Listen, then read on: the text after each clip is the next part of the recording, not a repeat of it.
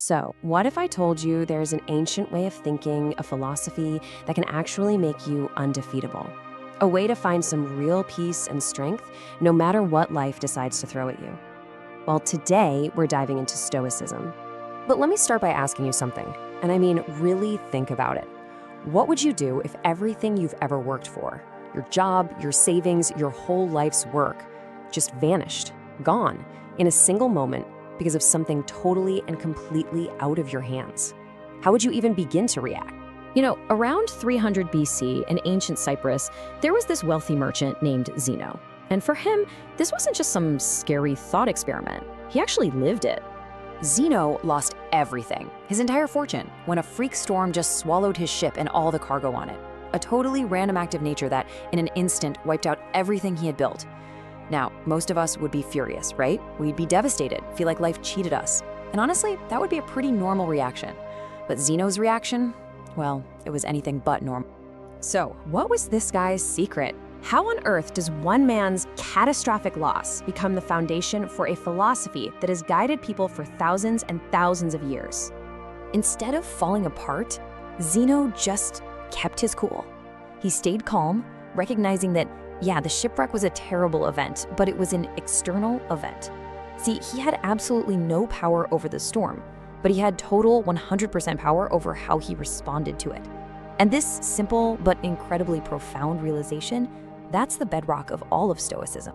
And that brings us to what is, without a doubt, the single most important principle in Stoicism: really, truly understanding what you can control. They call it the dichotomy of control.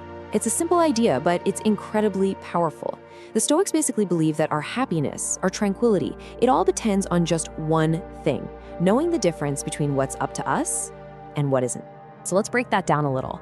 Take a look at the left column here. The weather that sank Zeno's ship, totally outside his control. Same goes for things like the economy, what other people think of you, or even the final outcome of your best efforts. But now, look at the column on the right. Your response to those things, the effort you put in, the kind of person you decide to be, your actions, those are 100% within your power. And that, the Stoics would say, that is where you need to put all of your energy and focus. But here's the thing, and this is so important. Stoicism isn't just a nice idea you read about in a book. It's an active practice. It's something you have to train for. You're training for life's inevitable curveballs. And this training was for everybody. The Stoics taught right out in public because they really believed these ideas could help anyone. And you know what? They did. Just look at this list, it's amazing.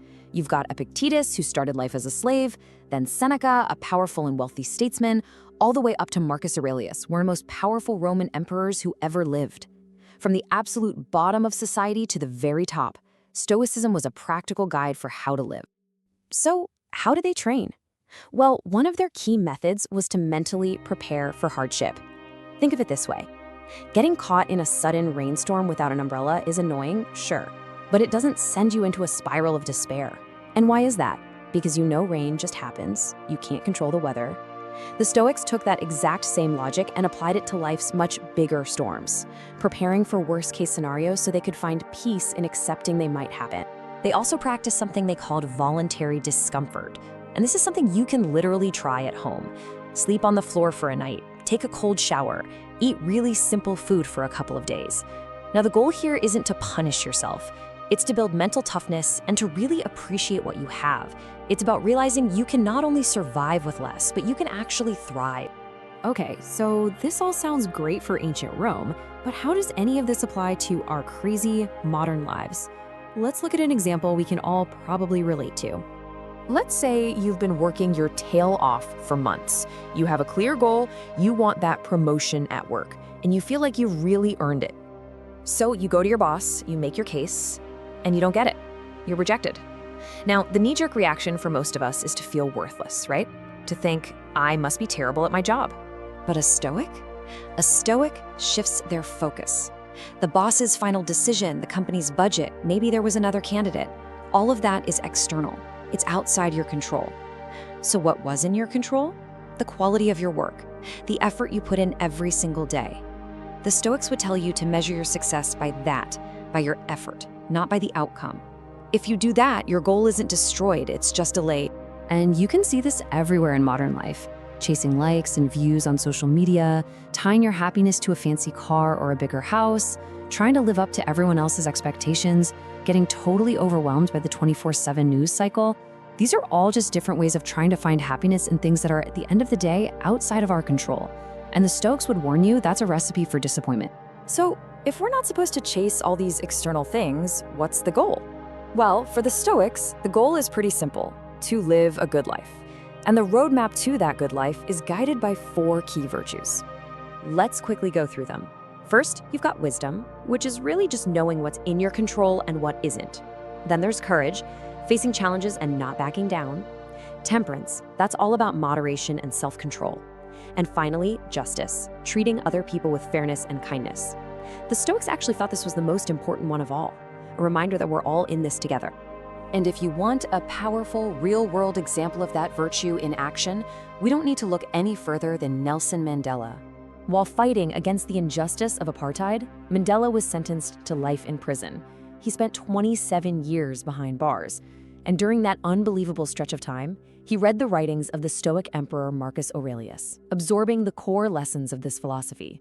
When he was finally freed and then became president of South Africa, a lot of people expected him to seek brutal revenge on the people who had locked him away. But he didn't. Instead, he preached reconciliation.